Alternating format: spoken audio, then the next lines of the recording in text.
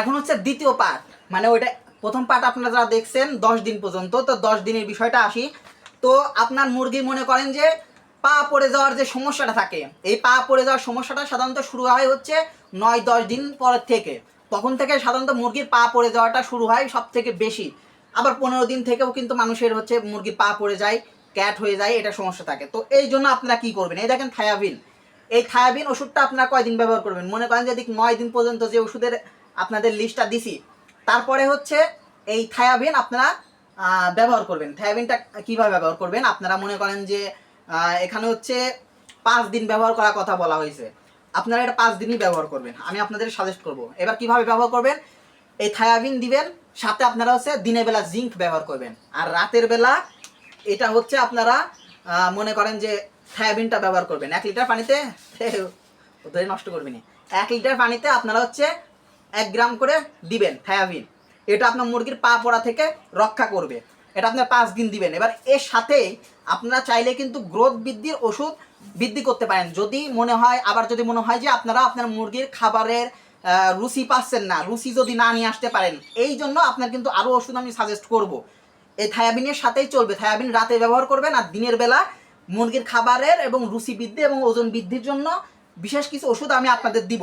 সেটা হচ্ছে যে দেখেন এখানে অ্যালকোয়ারজিম, এই অ্যালকোয়ারজিম ওষুধটা মনে করেন আপনার হচ্ছে মুরগির খাবারের রুচি বৃদ্ধি করে এবং ওজনটাও বৃদ্ধি করে। মাশাআল্লাহ, আমি নিজে ব্যবহার করি, আমরা প্রতিনিয়ত আমাদের থাকবেই ভাই, এটা মনে করেন আমরা কার্টুন ধরে নিয়ে আসি একবারে।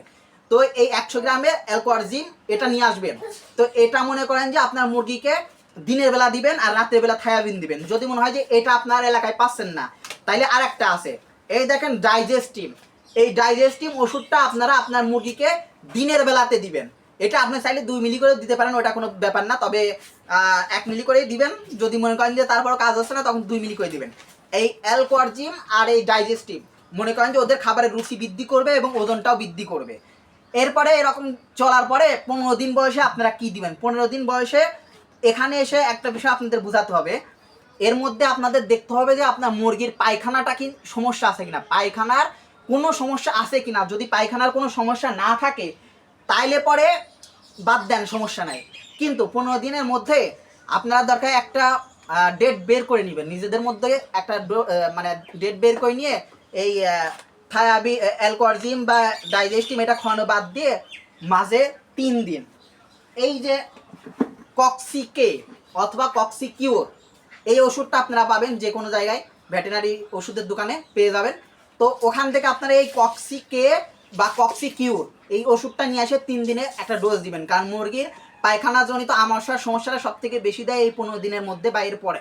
তো আপনারা এটার একটা ডোজ দিয়ে দিবেন, তাইলে এর পরে কাজ করবে। অথবা আপনার মুরগি পায়খানাজনিত যে কোনো সমস্যা হলে পরে অন্য ওষুধের কোনো দরকার নাই, অন্য কোনো ওষুধের দরকারই পড়বে না, জাস্ট কক্সিকে অথবা কক্সিকিউর এই দুইটার মধ্যে যে কোনো একটা খাওয়ান, 5 দিন খাওয়ান ভাই, অল ক্লিয়ার হয়ে যাবে ইনশাল্লাহ। এবার আসেন গ্রোথ বৃদ্ধির জন্য। ক্যাট হয়ে যাচ্ছে, ক্যাট হয়ে যাওয়া মানে হচ্ছে মুরগির ওজন বাড়তেছে না, ছোট হয়ে যাওয়া মুরগিকে আমরা ক্যাট মুরগি বলি। তো এই রকম যদি হয় তখন আপনারা কি করবেন, এই ক্যাট মুরগি বড় করবেন কিভাবে ভাই, মুরগির বয়স 30 দিন, ওজন হচ্ছে 1.5 কেজি, 700 গ্রাম, এই ধরনের মুরগিগুলোকে আপনারা কিভাবে বড় করবেন। এই জন্য আমরা হচ্ছে বিশেষ কিছু পদ্ধতি অবলম্বন করি। একটু ওয়েট, আমি আপনাদের দেখাই।